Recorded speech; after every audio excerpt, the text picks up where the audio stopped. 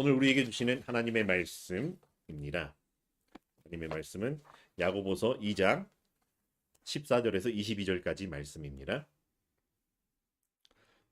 제가 봉독하겠습니다. 내 형제들아, 만일 사람이 믿음이 있노라 하고 행함이 없으면 무슨 유익이 있으리요? 그 믿음이 능히 자기를 구원하겠느냐?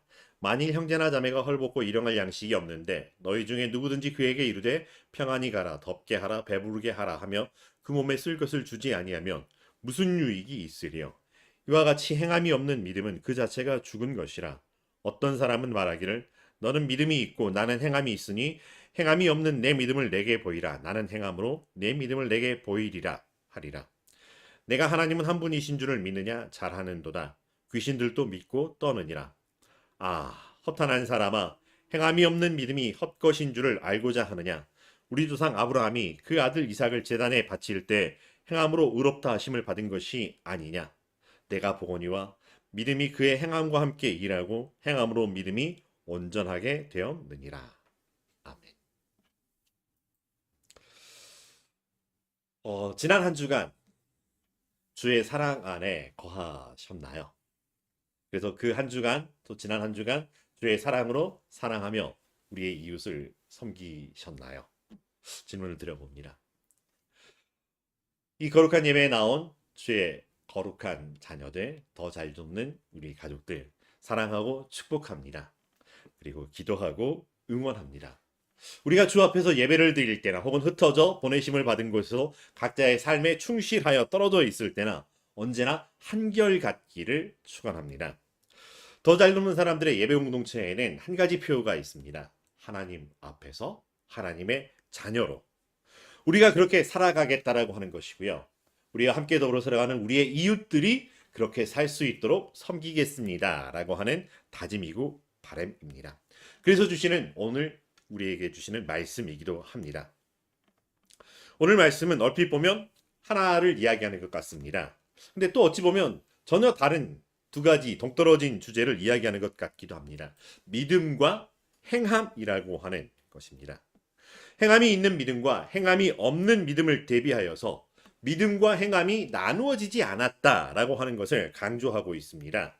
또 말과 행함의 연관성을 드러내어서 행동으로 이루어지지 않는 말과 또 말한 그것을 행동으로 이루어지는 그 삶의 대비를 통해서 언행일치의 삶이라고 하는 것이 얼마나 중요한가를 우리에게 강조하고 있는 말씀입니다. 그래서 오늘 말씀의 주제는 살아있는 믿음이란 무엇인가 라고 하는 걸로 정해볼 수도 있을 것 같습니다. 왜냐하면 행함이 없는 믿음은 영혼이 없는 몸처럼 죽은 것이라 이야기하기에 죽은 것에 대비된 그럼 살아있는 믿음이라고 하는 게 무엇일까라고 하는 거죠. 창세기에 보면 하나님께서 사람을 창조하실 때 흙으로 사람을 지으시고 생기를 그 코에 불어 넣으심으로 말미암아 사람이 생명이 되었다라고 이야기합니다. 그래서 그런지 사람들은 숨을 참거나 숨을 죽이고 살아갈 수는 있지만 숨을 쉬지 않고 살아갈 수는 숨이 없이는 살아갈 수 없다라고 하는 것입니다. 숨을 참거나 숨을 죽이거나 하는 것도 그 정도의 차이가 있지만 끝까지 숨을 참아내거나 끝까지 숨을 죽이고 살아갈 수 없는 것이 우리의 현실입니다. 만약 우리가 숨을 쉬는 것을 멈춘다면 어떤 일이 벌어지게 될까요? 혹자는 1분 내외 혹은 어떤 사람은 10분이라도 숨을 참아내는 이런 기록들의 모습을 보이기도 합니다. 그러나 그 이상이 넘어가게 되면 더 이상 숨을 쉬지 못하게 되면 우리는 그것을 죽은 목숨이라고 이야기를 합니다. 그래서 생명을 목숨이라고 표현하기도 합니다. 살아있는 생명이라고 하는 것, 살아있는 믿음이라고 하는 것은 살아있는 생명이 숨을 쉬는 것처럼 믿음이라고 하는 것도 행함으로 말미암아 함께 역동하는 것이라고 하는 거죠. 믿음은 행동으로 숨을 쉬는 것이라고 할 수 있다라고 볼 수 있을 것 같습니다. 그래서 참 믿음, 올바른 믿음, 살아있는 믿음이라고 하는 것은 자연스럽게 그 믿음을 따라 행함이 일어나고 그 행함으로 말미암아 믿음이 드러나게 된다라고 하는 연관성이라고 하는 거죠. 근데 좀 뚱땅지 같은 질문이지만 이렇게 질문을 드려봅니다. 야고보서에서 나오는 야고보가 이야기하고 있는 믿음이라고 하는 것은 어떤 것을 의미하는 걸까?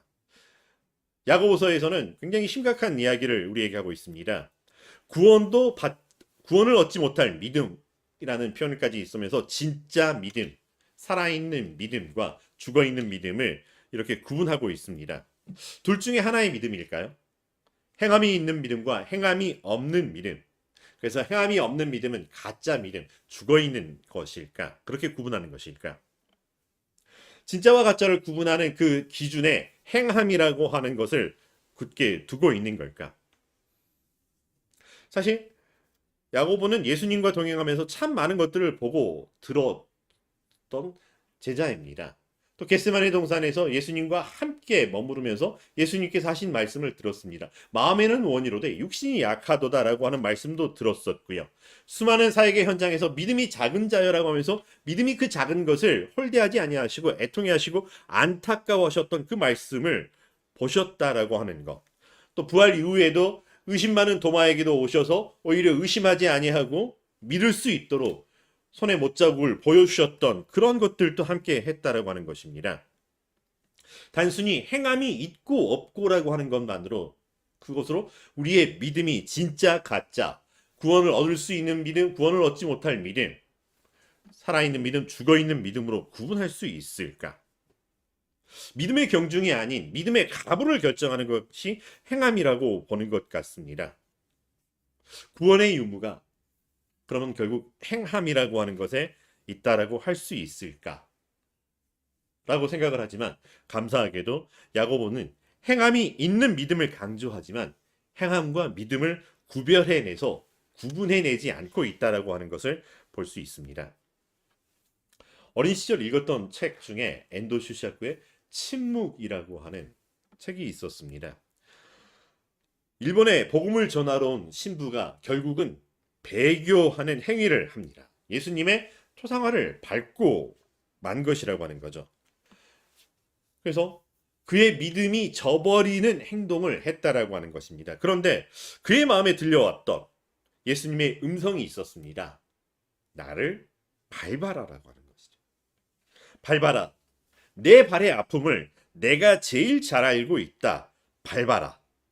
나는 세상에 태어나서 너희의 아픔을 나누기 위해 십자가를 짊어진 것이다 라고 이야기를 합니다. 왜 하나님 침묵하십니까? 라고 하는 그 질문에 나는 침묵하고 있었던 것이 아니라 너희와 함께 괴로워했다 라고 말씀하신 걸 보았습니다. 굉장한 혼돈과 혼란을 겪었던 것입니다. 경험이 있었습니다. 마치 갈릴레오가 그랬던 것처럼 종교재판소에서는 아니요라고 했다가 그래도 지금은 돈다라고 하는 이런 믿음이었을까? 괜히 혼자서 고민하면서 하나님을 믿는다라고 하는 이 믿음이라고 하는 것이 하나님 자녀의 믿음이 어떤 것인가 정말 고민했던 적이 있습니다. 여러분에게 여쭤봅니다. 믿음이 뭔가요?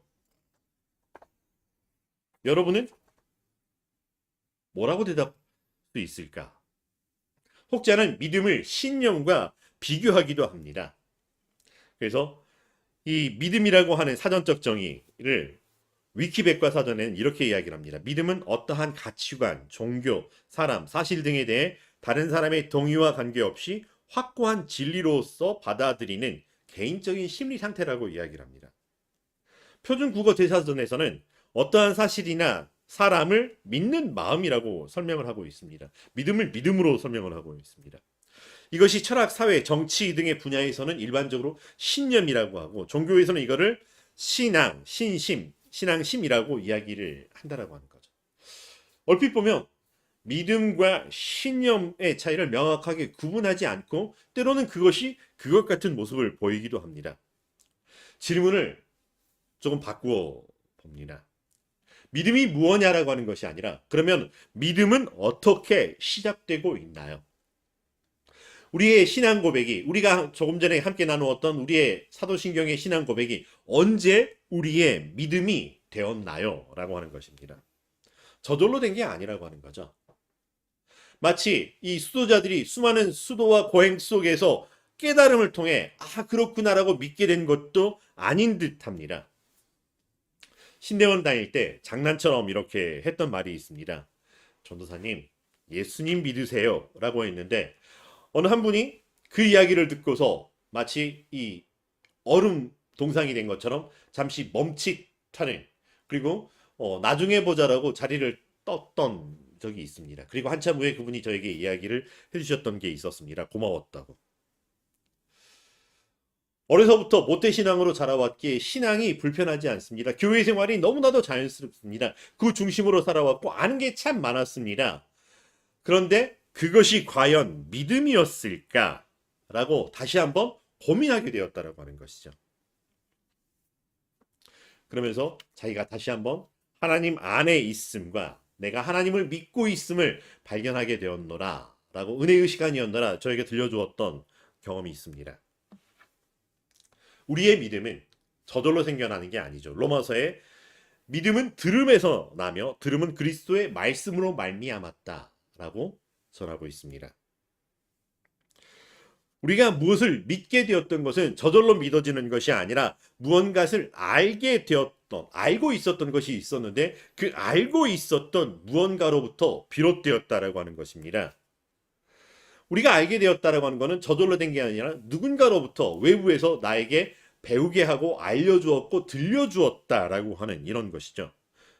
그래서 결국은 우리가 바깥으로부터 들었던 것을 알게 되었고 알게 되었던 것을 삶으로 경험하다 보니까 지식의 영역을 넘어 확신하게 되고 그것이 우리 안에서 신념의 체계를 갖추게 되고 이것이 흔들리지 않게 되었다라고 하는 것입니다. 그렇다면 신념이 믿음일까? 라고 질문을 한다면 또 그것은 아니요라고 아직은 아니라고 이야기를 합니다. 신념은 자기 소견에 옳다라고 여기는 것을 따라 살아가는 삶입니다. 이것은 하나님 없이도 되어질 수 있다라고 하는 것입니다. 하나님의 말씀과 상관없이 내 가치, 내가 소중히 여기는 것을 지켜내고자 하는 내적인 자기 의지의 발로이기도 합니다. 믿음은 여기에서 한 걸음 더 나아가게 된다라고 하는 것이죠. 그리고 그 시작이 그리스도의 말씀이라고 하는 것입니다. 바로 우리의 믿음의 근원의 시작이 예수 그리스도라고 하는 것입니다. 그냥 어떤 내재된 가치나 논리, 세계관이나 사회적 통념을 붙들고 그것을 지키고 보존하려고 사람들은 노력합니다. 또 혹자는 교회가 좋아서 말씀이 좋아서 그 가운데 안에서 나 이걸 삶에 적용하겠다라고 신념으로 붙들고 지켜나갈 수 있는 사람이기도 합니다. 그러나 믿음은 신념의 차원에서 한 걸음 더 나아가 하나님 앞에 서 있는 것. 단순히 하나님 앞에 서 있는 것이 아니라 하나님과 함께 교감하고 교류하는 것이라고 하는 것입니다. 하나님의 하나님 되심을 경험하게 되는 것이고요. 이 십자가 안에서 예수 그리스도와 하나가 되는 것을 경험함으로 말미암아 끊임없이 내가 붙들고 있는 것이 아니라 하나님의 은혜 안에 있습니다를 알게 되는 것이 믿음이라고 하는 것입니다. 믿음과 신념의 이 차이를 이렇게 비유한다면 조금 억측일까요? 인간과 침팬지의 차이라고. 인간과 침팬지는 그 유전자적으로 98%가 동일하다라고 이야기를 합니다. 일치한다라고 이야기를 합니다. 그러나 2%의 그 차이가 전혀 다른 삶을 엄청난 차이를 만들어냅니다. 우리 안에서 우리가 배우고 확신한 것을 지켜나가고자 하는 신념은 너무나도 중요합니다.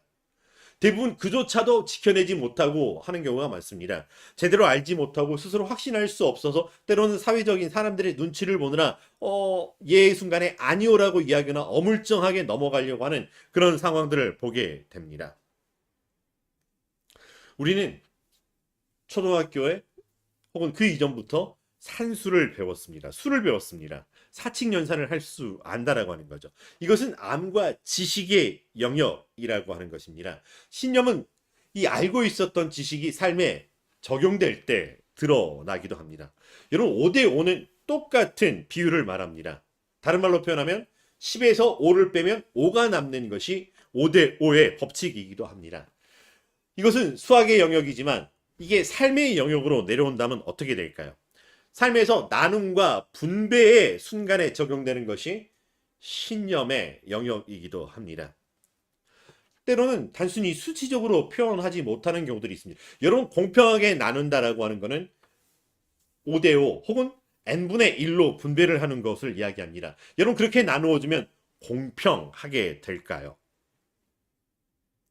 오히려 공평이라고 하는 개념을 적용하기 위해서 더 많은 복잡한 숫자적인 계산들이 필요할 때가 있습니다. 그것을 지켜나가는 것, 때로는 그것을 적용해 나가는 그 가운데 있는 게 신념이라고 하는 것이고요. 그러나 우리는 한 걸음 더 나아가서 그 근본에 왜 그렇게 공평하려고 하는 것이고, 왜 우리가 공평해야 하는 것이고, 그 공평이 나에게 어떤 의미가 있는 것인가라고 하는 것 앞에서 하나님과 함께 하는 것이 믿음이라고 하는 것입니다.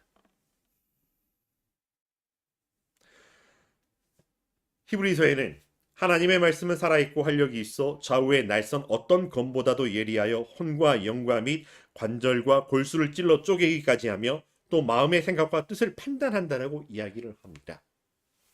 내가 알고 있었던 것이지만, 내가 확신한다라고 하지만, 그것이 하나님의 말씀 안에서 하나님의 선하시고 기뻐하시고 온전하신 뜻 앞에서 이것이 다시 한번 그 상황에서 그곳에서 옛날에 했던 것처럼이 아니라, 하던 대로가 아니라, 사람들이 그렇게 했다더라고 하는 것이 아니라 하나님의 말씀대로, 하나님의 뜻대로, 하나님이 원하시는 대로 하겠다라고 하는 결심과 결단과 그것이 자연스러운 삶이 우리의 믿음이라고 하는 것입니다. 자기 소견에 어른된 것을 모아서 그것을 굳게 지켜나가는 삶, 그런 신념이 있다라고 하는 거 정말 아름다운 삶입니다. 그렇지 못하는 사람들이 많기 때문에 그렇게 살아가는 사람들을 우리는 때로는 존경하고 위대하다라고 이야기를 합니다. 하지만 한 가지 더, 신념이 아닌 더 깊은, 더 근원적인 것에 가까이 있는 더 근본이 되시는 하나님 앞에서 하나님의 말씀과 함께 우리의 믿음으로 나아가는 삶이 되기를 간절히 바라봅니다. 내가 믿는 것이 내가 옳다고 여기는 과정을 통해서 세워지지만, 그것이 내가 판단하는 것이 아니라 하나님의 은혜로 되어진 것임을 고백한다라고 하는 것입니다. 믿음은 내 안에서 일어나는 어떤 내적인 역동, 의식적인 활동들이 아니라 관계적인 역동이라고 하는 것입니다. 하나님께서 나를 찾아오셔서 내가 거기에 내적 외적으로 반응을 하게 되겠지만, 그것이 하나님으로부터 말미암은 하나님의 은혜입니다를 알아가는 것이라고 하는 것입니다. 그래서 우리의 믿음은 내가 확신한 것을 지켜나가는 나 홀로의 삶이 아니라 하나님과 내가 함께 만들어가는 오히려 이흰 삶과 경기와 같은 주의 멍에를 메고 주와 함께 걸어가는 삶이라고 하는 것입니다. 그렇다면 행함이라고 하는 것은 어떤 것일까? 요 근래 이 대학에서는 중간고사가 한창이었던 것 같습니다. 대학가에서 이 시험과 관련되어서 전설과 같은 이야기들이 몇 개 회자되기도 합니다. 이 철학과에서 공자에 대하여 논하시오라고 하는 유명한 질문이 있었다라고 합니다. 그랬더니 그 질문에 전설적인 대답이 있었습니다. 소인배가 어찌 대인배를 논할 수 있사오리이까? 라는 대답을 했다라고 하는 거죠. 신학교에도 그와 비슷한 이야기가 있었습니다. 성령론에 관해서 이렇게 시험을 보는데 성령에 대하여 논하시오라고 했습니다. 근데 신학생이 이렇게 아무리 생각해도 이렇게 명쾌한 답을 내지를 못하는 것 같아서 딱 한 줄, 한 문장을 썼습니다. 성령님께서 다 아십니다.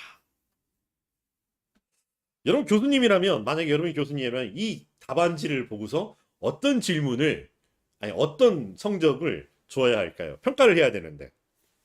그래서 교수님이 그랬다 그러죠. 모든 것을 다 아시는 성령님은 100점, 그것만 알고 있는 학생은 1점이었다라고 이야기합니다.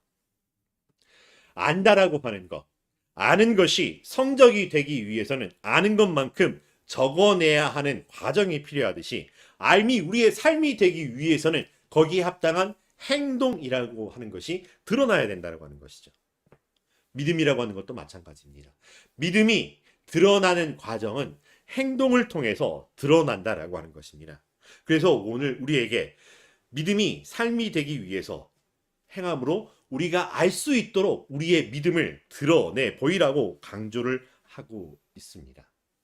그런데 이 말씀이 바울이 우리에게 전하였던 이신칭의라고 하는 것, 이신득이라고 하는 이것을 부정하거나 회방하는 걸까요? 사람은 오직 믿음으로 말미암아 구원을 얻으리라. 아니요. 회방하거나 시비를 걸려고 하시는 말씀이 아니라고 하는 것입니다. 믿음이 얼마나 소중하고 얼마나 은혜로운지 우리는 너무나도 잘 알고 있습니다. 거기에 더하여서 이제 그 믿음을 우리가 인정하고 함께 수용합니다. 한 걸음 더 나아가 보자라고 하는 것입니다. 알겠어로 끝나는 것이 아니라 말과 혀로만 하는 것이 아니라 행함과 진실함으로 이어져 가보자라고 하는 것입니다. 우리의 믿음에 하나님 사랑, 이웃 사랑의 옷을 덧 입어보자라고 하는 것입니다. 생명 있는 것이, 숨을 쉬는 것이 너무나도 자연스럽듯이 믿음이 행함의 역동으로 살아있는 믿음에 합당한 행동으로 이어져 가자라고 하는 권면의 말씀이라고 하는 것입니다. 씨앗이 있지만 이 씨앗이 싹을 틔우지도 못하거나 자라서 가지와 잎을 내지 못하고 무성한 열매로 맺히지 못한다라고 하면 이게 씨앗이 있는 게 어떤 의미일까요? 그냥 가지고만 있는 걸까? 우리의 소유와 우리의 재물이 은행 안에 있어서 그걸 써서 삶을 풍요롭게 하고 이웃을 사랑하는 데 섬기는 게 아니라 그냥 거기 그렇게만 있다라고 한다면 거기 있는 것과 나의 삶은 무슨 연관이 있는 걸까? 행동이라고 하는 것. 모든 생명이 호흡을 하지만 그 행동이라고 하는 것에서도 차이가 있다라고 하는 것을 볼 수 있습니다. 우리의 행동은 모든 생명체들이 그러하는 것과 비슷하지만 또 그 이상의 영역을 가지고 있는 존재라고 하는 것입니다. 행동은 의식적이든 무의식적인 것이든 우리의 뇌에서 신호를 보내고 그것에 충실한 반응으로 드러나는 활동이라고 하는 거죠. 그게 우리가 생물 시간에 배웠던 조건 반사든 무조건 반사든 간에 우리 몸에 신호가 왔었을 때 그 신호를 우리는 우리의 근육이 성실하게 반응하여 충성되게 반응하여 일어나는 활동이라고 하는 것이죠. 물론 내가 의식하지 못하는 채 일어나는 기본적인 생명 활동들도 있습니다. 숨을 쉰다든지 혹은 심장이 뛴다든지 위가 소화를 시킨다든지 명령하지 아니하고 내가 신호를 굳이 막 주지 않아도 내 의식하지 못하더라도 자연스럽게 이루어내가게 하시는 이 생명을 주신 하나님의 은혜의 영역이 있습니다. 그러나 그것 이외에 우리가 무언가 행동을 한다라고 하는 것은 우리가 의식을 가지고 있었고 우리가 생각을 가지고 있었고 우리가 무엇을 선택했다라고 하는 종합적인 그것이 있었다라고 하는 것입니다. 우리의 행동 안에 우리가 하는 행동 안에 무엇이 담겨 있었나를 돌아보자라고 하는 것입니다. 과연 어떤 의식으로 이 행동이 이루어지고 어떤 생각, 어떤 기대를 가지고 우리가 이 행동을 하고 있으며 그렇게 선택한 기준에 무엇이 있었는지 다시 한번 돌아보자라고 하는 것입니다. 행동한다라고 하는 것은 이렇게 저렇게 할 수 있고 이런 모양 저런 모양으로 드러날 수가 있습니다. 이 행동을 하게 만드는 그 안에 무엇이 있느냐라고 하는 것입니다. 우리는 아무 뜻 없이 아무렇게나 해도 되는 무조건 반사로 살아가는 우리의 인생과 우리의 행동이 아니라고 하는 것입니다. 행동은 우리가 보내는 신호에 순종을 하는 것이라고 한다면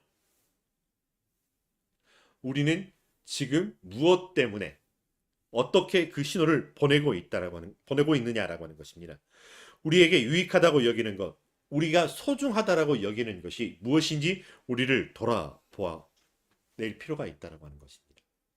그 안에 단순히 신념의 차원에서 머무르고 있는 것들인가, 아니면 신념조차 없이 살아가고 있는 것인가, 아니면 한 걸음 더 나아가서 그 신념을 이끌어내서 하나님께로 나아가고 있고 그래서 결국 하나님께 순종하고 있는가라고 하는 것입니다. 신념은 내가 그것을 지키려고 하는 것이지만 믿음은 그것을 하나님 앞에서 하나님과 함께 순종하려고 한다라고 하는 것에 차이가 있습니다. 우리의 몸이 우리에게 순종하는 행동을 만들어 낸다면 우리의 믿음은 무엇에 순종하고 있는가? 정말 하나님께 순종하고 있는가라고 돌아보아야 될 때입니다. 아브라함의 행함, 라합의 행함은 하나님께, 하나님의 뜻에, 하나님의 말씀에 순종하는 것이었다라고 말씀을 하고 있습니다.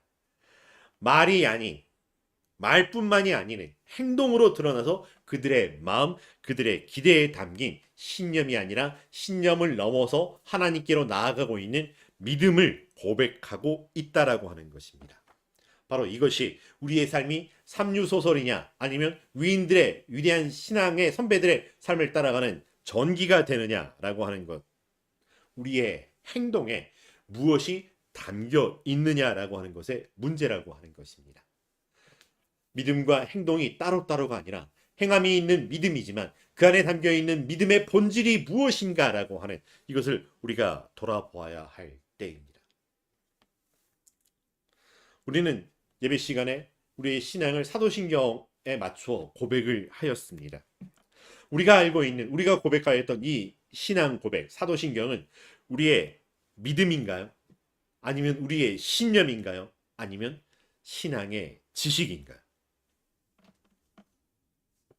지난주에 우리가 살아온 삶을 통해서 우리와 함께 했던 사람들은 우리의 삶을 통해서 과연 우리의 신앙 고백을 읽게 되었을까요? 우리를 보면서 전능하신 하나님, 살아계신 하나님을 읽게 되었을까요? 알게 되었을까요? 아니면 아는 지식 따로, 삶의 행동의 원칙에서 내가 따르는 것 따로일까요? 지금 나를 돌아보니 내가 믿고 있는 것은 과연 무엇인가? 행동은 내가 믿고 있는 것을 드러내는 통이라고 이야기를 한다면 하나님을 바르게 알고 있는 믿음인지, 하나님을 바르게 알게 하는 믿음이었든지, 하나님 사랑, 이웃 사랑을 담아내고 있는 믿음인지. 이 믿음의 시작은 또한 인정이라고 하는 것과 함께 시작합니다. 우리의 존재대로 하나님께서 나를 창조하신 대로 인정하는 데서부터 시작되는 것입니다. 그래서 하나님을 나의 하나님으로 인정합니다. 내 모습 이대로 인정합니다 라고 하는 것. 그래서 내가 부끄러워 숨었습니다가 아니라 내가 부끄러웠지만 그러나 나의 하나님 천부의 의지 없어 손들고 죽게 갑니다 라고 하는 우리의 삶이 되기를 간절히 바랍니다. 우리의 믿음에서 행함을 떼어내면 우리의 생명에서 숨을 떼어내는 것과 같이 삶도 없어지고 의미도 없어지고 생명도 없어지는 것이라고 합니다. 우리는 이미 믿음을 가지고 있었습니다. 그래서 우리의 날마다 삶이 역시 믿음으로 드러날 수 있는 우리의 삶이, 우리의 행동이 우리의 믿음에 합당한 행동이 되기를 간절히 축원합니다. 하나님 앞에서 하나님의 자녀로 살아가는 우리의 믿음이 있습니다.